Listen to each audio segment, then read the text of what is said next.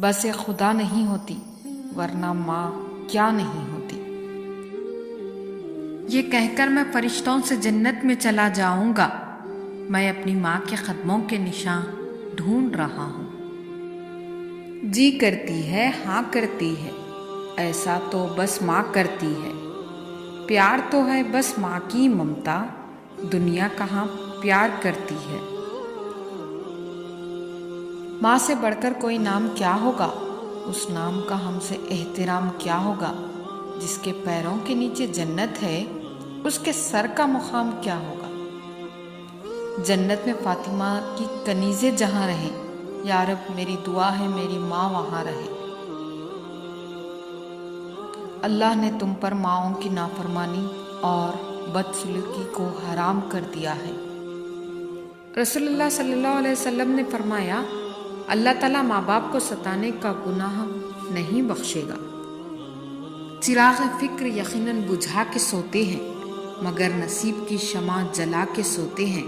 وہ روز خواب میں جنت کو دیکھتے ہوں گے جو اپنی ماں کے پیر دبا کے سوتے ہیں۔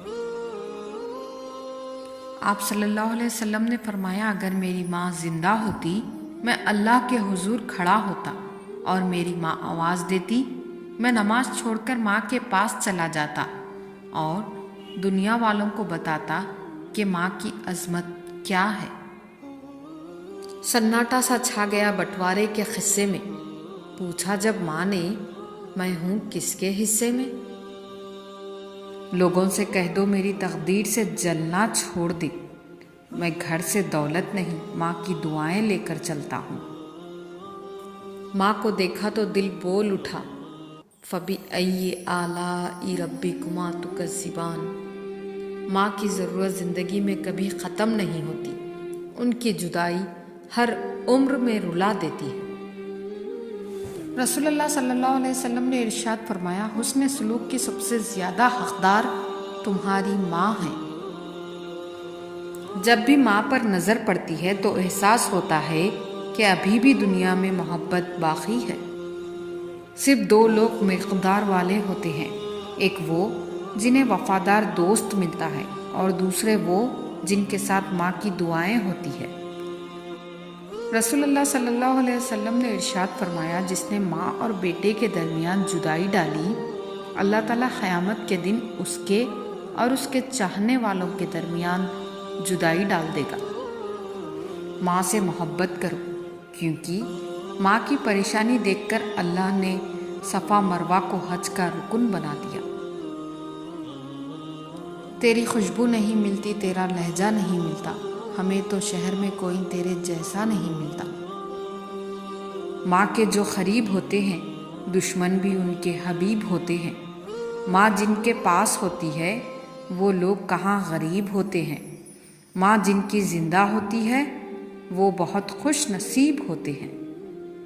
عمر چاہے کوئی بھی ہو، چوٹ لگنے پر پہلا لفظ ماں ہی نکلتا ہے۔ کسی نے پوچھا، وہ کون سی جگہ ہے جہاں ہر غلطی، ہر گناہ اور ہر جرم معاف ہو جاتا ہے؟ ایک چھوٹا سا بچہ فوراً بولا، میری ماں کا دل۔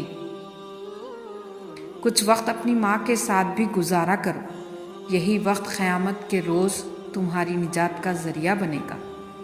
ماں وہ حسین ہستی ہے جس کے ہونے سے رحمتیں برستی ہے۔ یا اللہ میری امی کی سب تکلیفیں دور کرنا۔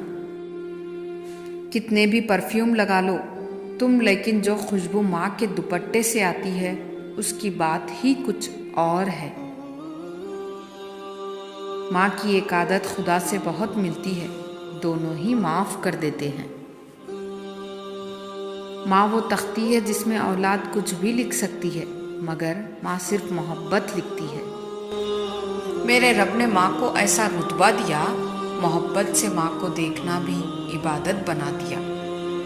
دنیا کی خوبصورت ترین چھت باپ ہے اور دنیا کی خوبصورت ترین چھاؤں ماں ہے۔ انسان کے آدھے سے زیادہ غم ماں کی ہمدرد آواز سن کر ختم ہو جاتے ہیں۔